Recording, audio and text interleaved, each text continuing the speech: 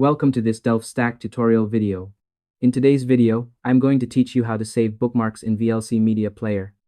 Whether you're watching long movies and want to mark important scenes, or you simply want to quickly jump back to your favorite parts, this simple step-by-step guide will walk you through everything you need to know.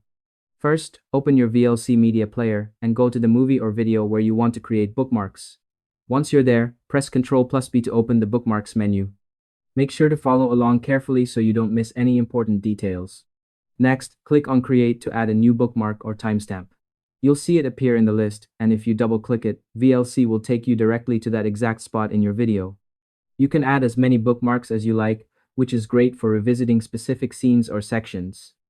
To make the process smoother, here's a quick tip. After creating your bookmarks, you need to save them so they're available the next time you open the video.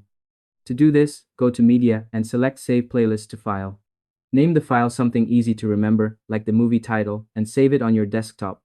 Make sure the video and the playlist file are in the same folder. This ensures VLC can load the bookmarks correctly. Once you've completed these steps, simply click on the playlist file to open your video, along with all your saved bookmarks.